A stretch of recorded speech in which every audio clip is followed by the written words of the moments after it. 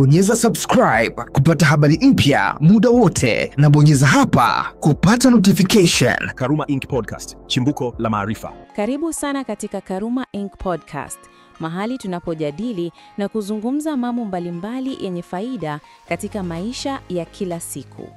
Hapa tunaleta maarifa, historia, afya na mafundisho yanayogusa maisha ya watu moja kwa moja.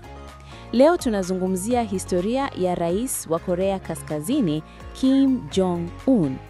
Hebu sasa tuyajue mambo 10 usiyoyajua kumhusu kiongozi huyu mwenye utata duniani.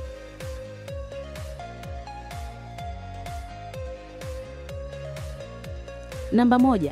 Kim Jong-un ni jenerali pekee duniani aliyepata cheo hicho bila kuwa na uzoefu wa kijeshi. Ingawa hakuwahi kupitia mafunzo rasmi ya kijeshi, kipaji chake, akili na kujituma vilimfanya apandishwe cheo. Anaonekana kupendelea zana za nyuklia kuliko silaha za kawaida. Namba 2. Pamoja na kuwa kiongozi wa taifa, hakusoma shule yoyote nchini Korea Kaskazini. Alisomea kwa siri nchini Uswisi katika Bern International School, ambako alijulikana kama Park-un. Alifaulu vizuri somo la muziki, lakini alifeli hesabu na sayansi. Namba 3. Haijulikani kwa uhakika ni lini hasa Kim Jong-un alizaliwa.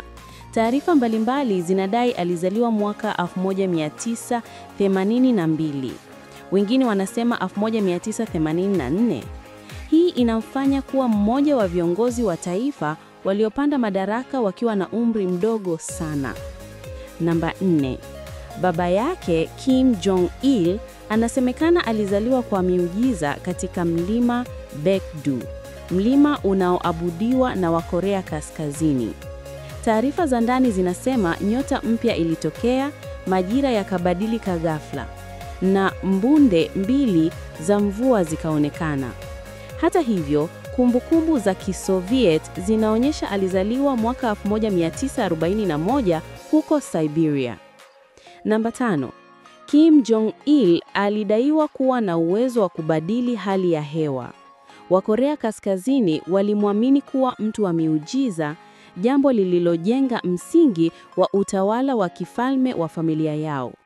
Namba 6. Kim Jong-un alifanyiwa upasuaji wa sura akiwa na miaka 27 ili kufanana na babu yake Kim Il-sung, ambaye ni mwanzilishi wa taifa hilo. Wakorea wengi hawakuwa wamewahi kumwona Kim Jong-un, lakini walipomuona wakamfananisha na babu yake, jambo lilomletea mapenzi ya haraka kutoka kwa wananchi.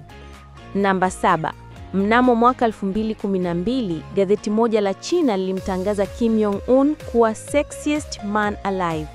Walimwelezea kama ndoto ya kila mwanamke kutokana na sura yake ya mviringo, ushupavu, ukarimu na kujiamini. Namba 8. Baada ya kifo cha baba yake mwaka 2011, Kim alihakikisha msiba unaombolezwa na kila raia. Wale waliokosa kushiriki vilivyo waliadhibiwa kwa kazi ngumu kwa muda wa miezi 6. Hii ilionyesha udhibiti wake wa kihisia na kisiasa kwa wananchi wake. Namba 9. Kamanda wa jeshi la wananchi alihukumiwa kifo kwa kosa la kuhudhuria msiba akiwa amelewa. Kim alitoa amri kali, anyongwe na usibaki hata unywele wake. Hukumu hiyo ilisisitiza ukali wa nidhamu chini ya utawala wake. Namba 10. Kim Jong-un alimhukumu kifo mjonga wake kwa tuhuma za ubadhilifu wa mali ya umma na jaribio la kupindua serikali. Inasemekana alitupwa uchi katika banda la mbwa wakali walionararua hadi kufa. Tukio hilo lilitikisa dunia na kuonyesha ukatili wa utawala wake. Hitimisho. Kim Jong-un anaendeleza falsafa ya babu na baba yake kuwa Marekani ni adui mkubwa wa taifa lao.